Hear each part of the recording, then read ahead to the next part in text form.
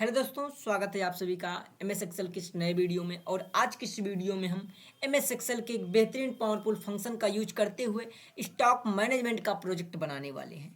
तो अगर आप एक ऑफिस वर्कर हैं, स्टूडेंट हैं या फिर फ्रेशर हैं, एक्सेल सीखना चाहते हैं, एक्सेल में एक्सपर्ट बनना चाहते हैं, एक्सेल के पावरफुल फंक्शन को समझना चाहते हैं, तो यह वीडियो आपके लिए बहुत ही महत्वपूर्ण होने वाला है। तो वीडियो में लास्ट तक बने रहिएगा। चैनल पर पहली बार आए, चैनल को सब्सक्राइब नहीं किया है, चैनल को सब्सक्राइब कर बेल आइकन को ऑन कीजिएगा ताकि आने वाली वीडियोज का नोटिफिकेशन आपको मिलता रहे। तो दोस्तों, हमने यहाँ पर एक चार्ट बना रखा है जो कि मोहित इलेक्ट्रॉनिक शॉप का ये स्टेटमेंट है, जनवरी मंथ का स्टॉक मैनेजमेंट है कि जो मोहित इलेक्ट्रॉनिक शॉप है, इसका जनवरी मंथ का ये स्टेटमेंट है।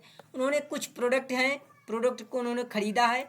यहाँ पर जैसे कि HP माउस हो गया, डेल माउस हो गया, कीबोर्ड हो गया, पेन ड्राइव हो गया, HP लैपटॉप हो गया, लिबनो लैपटॉप हो गए। तो इस प्रकार के उनके आइटम्स हैं और उन्होंने कुछ उनकी क्वांटिटी दी गई है, उस क्वांटिटी को उन्होंने परचेज किया है और उनका रेट दिया गया है। तो हमें अमाउंट कैलकुलेट करना है। फिर वे सेल कर रहे हैं, जैसे कि इस रेट से सेल करेंगे। अब कितना क्वांटिटी करते हैं, यहाँ पर हम क्वांटिटी दे देते हैं तो उसका अमाउंट क्या होगा, फिर बैलेंस कितना बचता है और उनका प्रॉफिट लॉस अकाउंट कितना आता है। ठीक, ये हमें बनाना है। देखिए यहाँ पर हमने क्या रख लिया है, ये तो इतना हमें बना लिया है।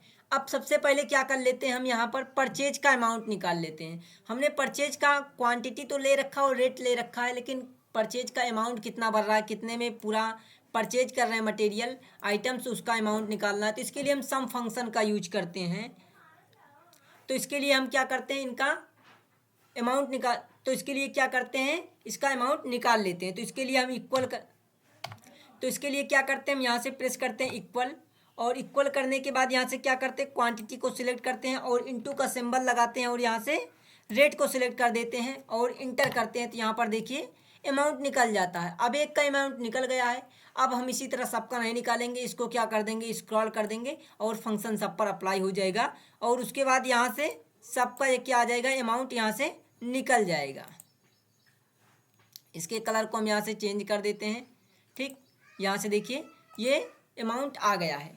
अब यहाँ पर जैसे कि अमाउंट आ चुका है, अब अमाउंट आने के बाद यहाँ से हमें क्या करना, क्वांटिटी सेल में हम यहाँ पर कुछ क्वांटिटी दे देते हैं। इसी प्रकार सबसे पहले हम क्या कर लेते हैं, यहाँ पर सेल्स का भी अमाउंट निकाल लेते हैं। तो यहाँ पर फार्मूले को हम यूज कर लेते हैं इक्वल, इसको सिलेक्ट कर देते हैं, इंटू का सिंबल लगाकर इसको सिलेक्ट करके इंटर कर देते हैं। ठीक, यहाँ पर लग गया है, इसको स्क्रॉल कर देते हैं, पूरे पे लग जाएगा। अब यहाँ पर आपको कहोगे 0 0 दिख रहा है। हाँ, अब ये 0 0 दिख रहा है क्योंकि यहाँ पर हमने रेट तो दे रखा है लेकिन क्वांटिटी नहीं दे रखा। जैसे यहाँ पर हम मान लीजिए क्या कर देते हैं, 50 क्वांटिटी सेल कर देते हैं। ठीक, 50 क्वांटिटी सेल करते हैं तो उसका अमाउंट यहाँ पर आ जाएगा।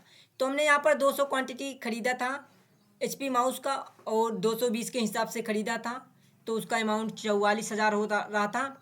यहाँ पर 50 क्वांटिटी सेल किया है 280 के हिसाब से, तो यहाँ पर 14,000 का अमाउंट बन रहा है। उसी प्रकार यहाँ पर हम क्या कर देते हैं, अपना जो हम सेल कर रहे हैं डाटा, उस सेल करने वाले डाटा को भी यहाँ पर हम फिल कर देते हैं। तो यहाँ पर देखिए हम डाटा क्या कर देते हैं, फिल कर देते हैं प्रॉपर डाटा को।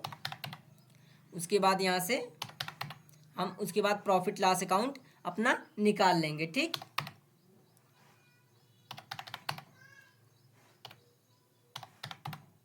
यहाँ से जैसे जैसे हम क्या करते जा रहे हैं, सेल करते जा रहे हैं, यहाँ से हमारा उसका अमाउंट निकलता जा रहा है। ठीक, तो यहाँ से क्या हुआ, पूरा ये अमाउंट कैलकुलेट हो गया है। अब अमाउंट कैलकुलेट होने के बाद अब यहाँ से हमारा बैलेंस क्या बचता है। बैलेंस में हमने जैसे कि यहाँ पर HP माउस 200 क्वांटिटी खरीदा था, तो हमने क्या सेल किया है, केवल 50 क्वांटिटी ही सेल किया है। तो कुछ क्वांटिटी भी बचेगी भाई, तो कितनी क्वांटिटी बच रही है इसको निकालना है। तो यहाँ से देखिए इक्वल करते हैं, हमने जितना खरीदा था उसमें से जितना सेल किया उसको माइनस कर देंगे तो क्या आ जाएगा, हमारी बैलेंस क्वांटिटी आ जाएगी। ठीक, यहाँ से इसको माइनस करके निकाल लेते हैं। तो यहाँ पर हमने 200 क्वांटिटी खरीदा था HP माउस और यहाँ पर 50 क्या कर रहे हैं, हम सेल कर रहे हैं। तो बच कितना रहा, 150 बच रहा, 150 बच रहा। इसको पूरे में स्क्रॉल कर देंगे तो यहाँ पर जो क्वांटिटी बच रही है ये क्वांटिटी आ जाती है। अब ये क्वांटिटी तो आ गई है, अब इसका अमाउंट क्या होगा भाई, तो अमाउंट इसका वही होगा जिस रेट से हम खरीद रहे होंगे। भाई हमने जिस रेट से खरीदा था, अभी इसको सेल करना बचा हुआ है तो कभी ना कभी तो सेल ही होगा ही। तो इसका अमाउंट निकाल लेते हैं, तो इक्वल कर देते हैं, इक्वल के बाद क्वांटिटी सेलेक्ट करके इंटू क्या कर देते हैं, वही रेट जो हमारा पहले रेट से हमने परचेज किया था, इंटर कर देंगे। तो यहाँ से 33,000 का मटेरियल अभी माउस का बचा हुआ है। स्क्रॉल करेंगे तो यहाँ पर हर एक मटेरियल का, हर एक आइटम का यहाँ पर अमाउंट निकल जाएगा। अब हमें ये देखना है कि हमें प्रॉफिट हुआ या फिर लॉस हुआ है। तो इसके लिए क्या करते हैं, प्रॉफिट लॉस क्या होता है, हमने जितने में ख़रीदा है और जितने में बेचा है। अगर हमने ख़रीदा कम में है, बेचा ज़्यादा में है, तो हमें प्रॉफिट होगा। लेकिन ये तब निकलेगा प्रॉफिट लॉस जबकि हम क्या कर लें, पूरे क्वांटिटी को सेल कर देंगे, तभी क्लियर हो पाएगा कि अभी तो कुछ क्वांटिटी ऐसे भी हैं जिनको हमें सेल करना है, भविष्य में जब हम सेल करेंगे उसको भी हमें पैसा मिलेगा। तो यहाँ पर प्रॉफिट लॉस अकाउंट निकालने के लिए क्या करते हैं, हमारे पास हमने कितने का सेल किया है, कितना अमाउंट सेल किया है और कितना अमाउंट हमें बचा हुआ है, मतलब सेल करने को बचा हुआ, भविष्य में हम इतने में सेल करेंगे, ठीक। तो उसको दोनों को कैलकुलेट कर लेते हैं और माइनस कर देते हैं जो हमने परचेज अमाउंट खरीदा था, ठीक। तो यहाँ से इक्वल करते हैं, इक्वल से यहाँ पर देखिए बैलेंस जो है इसको ले लेते हैं, प्लस कर देते हैं यहाँ पर जो हमने सेल किया है, माइनस क्या कर देते हैं, हमने खरीदा कितने में था, ठीक। इसको अब यहाँ से इंटर करते हैं तो देखिए हम क्या 3000 हमारा भी प्रॉफिट हो रहा है, ठीक। 3000 के प्रॉफिट में अभी हम हैं, ठीक। ये हो गया। तो यहाँ पर देखिए हम 3000 का प्रॉफिट पा रहे हैं, यहाँ पर 2000 का, यहाँ पर 5000 का, यहाँ पर 4500 का, यहाँ पर 20000 का। इस प्रकार क्या है, हमारा ये प्रॉफिट मार्जिन है। तो हमारा ये प्रॉफिट लॉस अकाउंट बन गया है।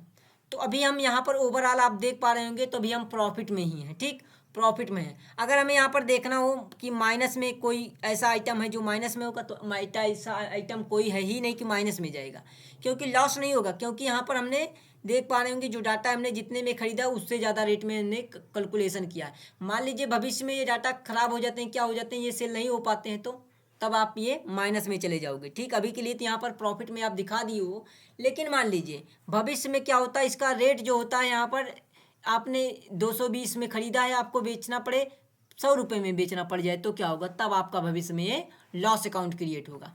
तो अभी के लिए तो दोस्तों ये रहा मोहित इलेक्ट्रॉनिक शॉप का प्रॉफिट एंड लॉस अकाउंट। तो आई होप आपको समझ में आया होगा कि कैसे हम प्रॉफिट लॉस अकाउंट क्रिएट करते हैं। वीडियो पसंद आई हो तो वीडियो को लाइक शेयर जरूर कीजिएगा। चैनल पर पहली बार आए तो चैनल को सब्सक्राइब कर बेल आइकन को ऑन कीजिए ताकि आने वाली वीडियोज का नोटिफिकेशन आपको मिलता रहे, क्योंकि हम आपके लिए ऐसे ही एक्सेल से जुड़े ट्यूटोरियल लेकर आते रहते हैं।